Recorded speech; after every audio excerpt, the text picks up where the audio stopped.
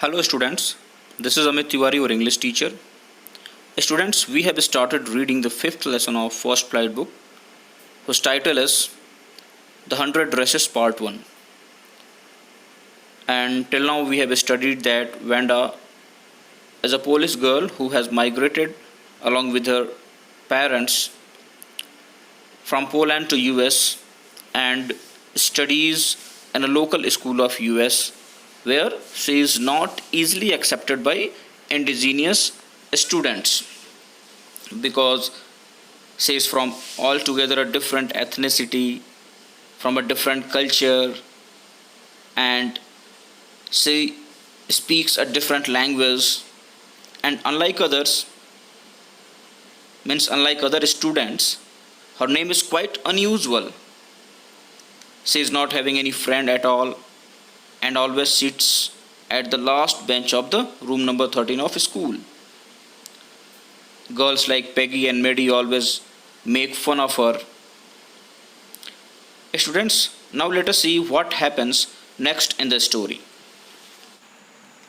Wanda, Peggy would say in a most courteous manner as though she were talking to Miss Mason. Peggy Wanda को बुलाती और वो कुछ इस प्रकार वांडा को बुलाती जैसे कि बहुत ही पोलाइटली वो मिस मैसन से बात कर रही हो.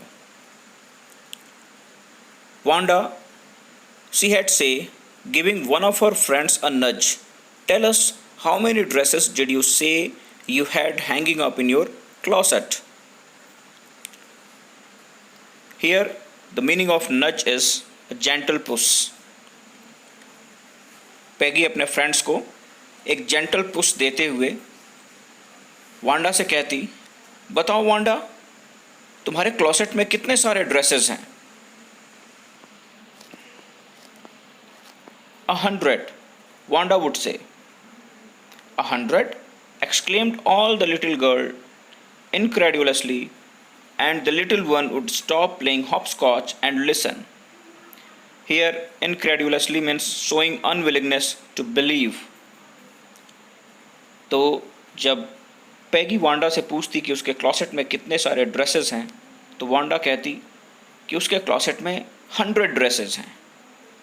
और जैसे ही बाकी सारी लड़कियां 100 ड्रेसेस सुनती तो वो बिल्कुल सरप्राइज्ड हो जाती और इस प्रकार सरप्राइज होती कि जैसे उन्हें विश्वास ही नहीं होता कि किसी के पास 100 ड्रेसेस भी हो सकते हैं क्या. और जो छोटी लड़कियां वहाँ हॉपस्कॉच खेल रही होती वो भी ये बात सुन के हॉपस्कॉच खेलना छोड़ के सरप्राइज्ड होके वांडा की तरफ देखने लग जाती. ये 100 all lined up, said Wanda. Then her thin lips drew together in silence. What are they like? All silk, I bet, said Peggy. फिर वांडा कहती, हाँ 100 ड्रेसेस और सब के सब लाइंड अप है मेरे क्लोसेट में. इसके बाद उसके पतले होंठ बिल्कुल बंद हो जाते और वो शांत हो जाती. What are they like? All silk, I bet, said Peggy. तब पैगी कहती, वो किस तरीके से दिखते हैं? क्या वो सभी सिल्क के हैं? ये ऑल सिल्क, ऑल कलर्स, हाँ सभी सिल्क के हैं और डिफरेंट कलर्स के हैं. वेलवेट टू, क्या वेलवेट के भी हैं? ये वेलवेट टू, हाँ वेलवेट के भी हैं. 100 dresses. Wanda would repeat stolidly, all lined up in my closet. Stolidly means not showing any feeling. हालांकि वांडा को पता था कि उसका मजाक उड़ाया जा रहा है और मजाक उड़ाए जाने की वजह से वो बहुत ज़्यादा दुखी होती, लेकिन अपने फीलिंग को बिल्कुल भी वो एक्सप्रेस नहीं करती अपने चेहरे से और बहुत ही ईजिली पैगी और मेडी की बातों का जवाब दे रही होती है. और बिना अपने इमोशंस को दिखाए वो फिर से कहती है, हाँ वेलवेट के भी हैं, 100 ड्रेसेस हैं और सब के सब मेरे क्लोसेट में एक के बाद एक टंगे हुए हैं. Then they had let her go. और इतनी सारी बातें पूछने के बाद, इतना सारा सरकाज़्म क्रिएट करने के बाद वो लड़कियां पैगी और मेडी उसको जाने देती. And then before she had gone very far, They could not help bursting into shrieks and peals of laughter. और जब वो बहुत दूर नहीं गई होती तो लड़कियां जो हैं जैसे मैडी और पेगी अपने आप को बिल्कुल भी नहीं रोक पाती ठहाका मार के हंसने से. 100 dresses. Obviously, the only dress Wanda had was the blue one she wore every day. So why did she say she had 100? What a story. 100 dresses? Clear सी बात है, वांडा एक ही ड्रेस पहन के आती थी, वो भी नीले कलर की थी, जो कि वो रोज़ ही पहन के स्कूल आया करती थी. तो लेकिन उसने ये बात क्यों कहा कि उसके पास 100 ड्रेसेस हैं? इसके पीछे की कहानी क्या है? How many shoes did you से यू हैड?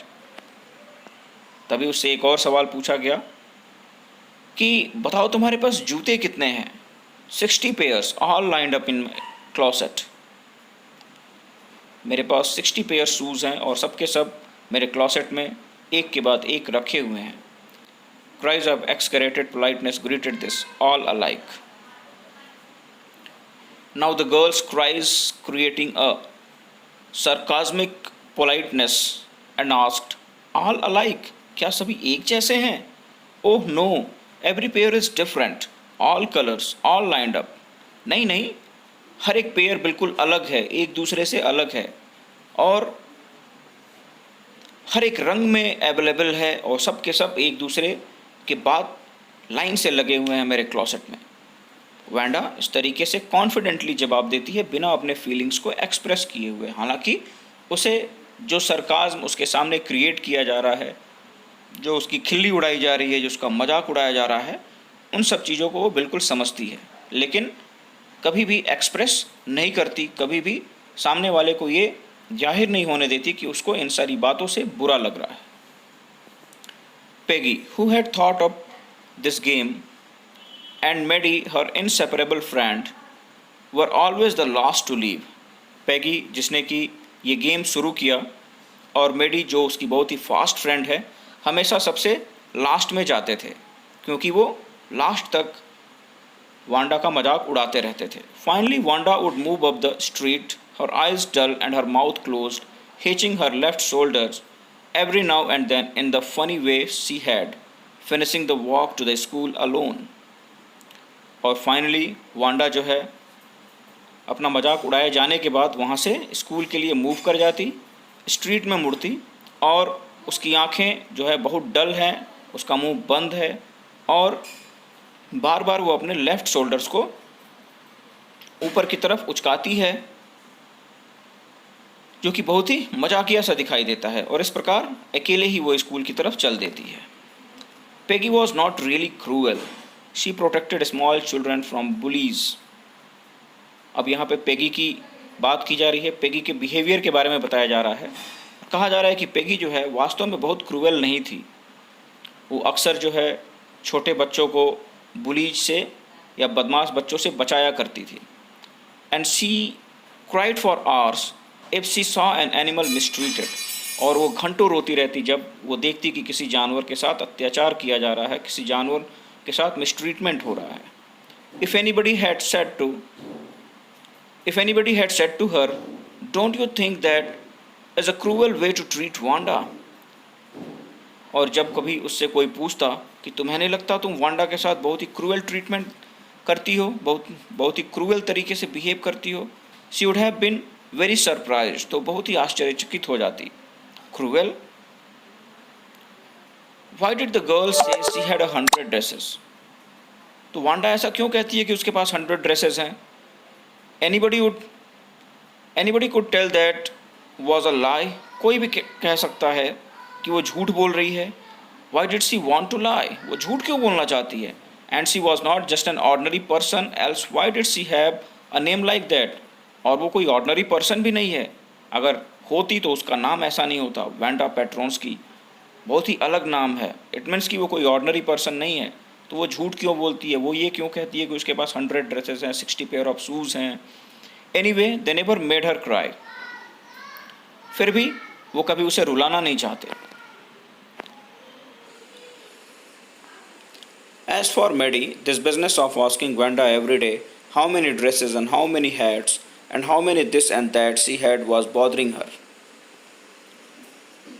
और मैडी के लिए वांडा से ये रोज़ पूछे जाना कि उसके पास कितने ड्रेसेस हैं, कितने हैट्स हैं, कितनी चीज़ें हैं, कितना ये है, कितना वो है, यानी कि कुल मिला के ये कहना कि बार बार मैडी और पैगी के द्वारा वांडा को रोज़ रोज़ परेशान करना, उसकी खिल्ली उड़ाना कहीं ना कहीं मैडी को बुरा लगता था।